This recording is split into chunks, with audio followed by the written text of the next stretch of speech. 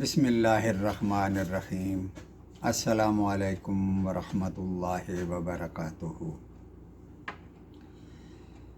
ترجمہ قرآن مجید کے سلسلہ کو آگے بڑھاتے ہوئے آج ہم آیت نمبر 173 سے 180 تک کا ترجمہ پڑھیں گے۔ آیت نمبر 173۔ اللہ تعالیٰ نے حرام کیا تم پر مردار کو جو اپنی موت آپ مر جائے، یعنی ذبح نہ کیا جا سکے، اور خون کو۔ جب ہم کسی جانور کو ذبح کرتے ہیں تو جانور کے اندر سے سب خون نکل جاتا ہے، یعنی جیسے کچھ ملکوں میں جھٹکا دیتے ہیں، جھٹکا دینے سے یا ایک دم تلوار مار کے وہ جو جانور کو ذبح کرتے ہیں اس سے سارا خون نہیں نکل پاتا۔ یہ گردن پر چھری چلانے سے جو خون نکلتا ہے، اس طرح اور کسی طریقے سے خون نہیں نکلتا۔ تو یہ خون نہ نکلے تو خون اندر ہی جانور کے رہ جاتا ہے، اور جو حرام ہے۔ اور خنزیر کا گوشت اور وہ چیز جس پر اللہ کے سوا دوسروں کا نام پکارا گیا ہو، وہ بھی حرام ہے۔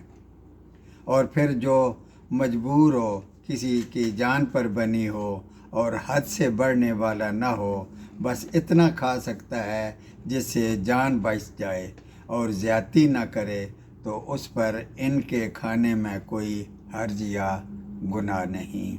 یقیناً اللہ تعالیٰ بخشش کرنے والا مہربان ہے۔ اب کچھ لوگ کسی آستانے پر لے جا کر جانور کو ذبح کرتے ہیں، وہ بھی اسی زمرے میں آتا ہے، کیونکہ یہ عمل اس آستانے کا قرب حاصل کرنے کے لیے جانور کو یہاں لایا گیا ہے۔ اگر اللہ ہی کا نام لینا تھا تو گھر پر بھی لیا جا سکتا تھا۔ آیت نمبر 174۔ بے شک جو لوگ اللہ تعالیٰ کی اتاری ہوئی کتاب چھپاتے ہیں اور اسے تھوڑی تھوڑی قیمت پر بیچ دیتے ہیں، یقین مانو یہ لوگ اپنے پیٹوں میں آگ بھر رہے ہیں، اور قیامت کے دن اللہ تعالیٰ ان سے بات تک نہ کرے گا اور نہ انہیں پاک کرے گا، بلکہ ان کے لیے تو دردناک عذاب ہے۔ آیت نمبر 175۔ یہ وہ لوگ ہیں جنہوں نے گمراہی کو ہدایت کے بدلے اور عذاب کو مغفرت کے بدلے خرید لیا ہے۔ یہ لوگ آگ کا عذاب کتنا برداشت کرنے والے ہیں اور کتنا صبر کرنے والے ہیں آگ کے عذاب پر۔ آیت نمبر 176۔ اور ان عذابوں کی وجہ یہی ہے کہ اللہ تعالیٰ نے سچی کتاب اتاری اور یہ لوگ اس میں اختلاف کرنے لگے، وہ بڑی ہی دشمنی میں مبتلا ہو گئے۔ آیت نمبر 177۔ بڑی اہم اور بڑی جامع آیت ہے۔ ساری اچھائی، ساری نیکی مشرق اور مغرب کی طرف منہ کر کے نماز پڑھنے ہی میں نہیں۔ 5 وقت نماز پڑھنا نیکی ہے، لیکن قرآن کہتا ہے کہ نیکی صرف یہی نہیں، اس کے اور بھی پہلو ہیں۔ حقیقت میں اچھا وہ ہے جو اللہ تعالیٰ پر اور قیامت کے دن پر، فرشتوں پر، اللہ کی کتاب پر اور نبیوں پر ایمان رکھتا ہو، جو مال اسے اللہ تعالیٰ نے دیا اس کے ساتھ محبت کے باوجود اپنے قرابت داروں پر بھی خرچ کرے، اسی طرح یتیموں پر، مسکینوں پر، مسافروں پر اور سوال کرنے والوں پر بھی خرچ کرے، غلاموں کو آزاد کرے، نماز کی پابندی کرے اور زکوٰۃ کی ادائیگی کرے، جب وعدہ کرے تب اسے پورا کرے، تنگ دستی، دکھ درد اور لڑائی کے وقت صبر کرے، یہی سچے لوگ ہیں اور یہی پرہیزگار ہے۔ آیت نمبر 178۔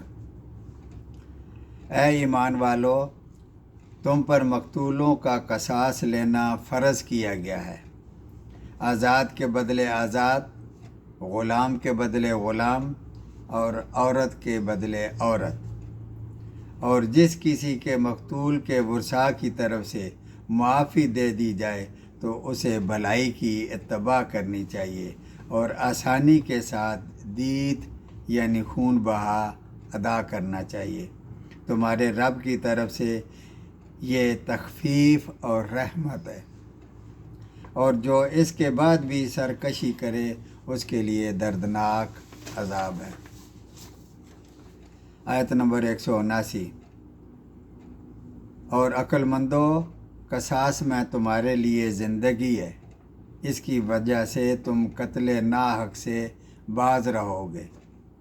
آیت نمبر 180۔ تم پر فرض کر دیا گیا ہے کہ جب تم میں سے کوئی مرنے لگے اور مال چھوڑ کر جا رہا ہو تو اپنے ماں باپ اور قرابت داروں کے لیے اچھائی کے ساتھ وصیت کر جائے۔ پرہیزگاروں پر یہ حق ہے اور ثابت ہے۔ یہ وراثت کا قانون آنے سے پہلے کی آیات ہیں۔ جب وراثت کا قانون آ گیا تو یہ آیات منسوخ کر دی گئی۔ صدق اللہ العظیم۔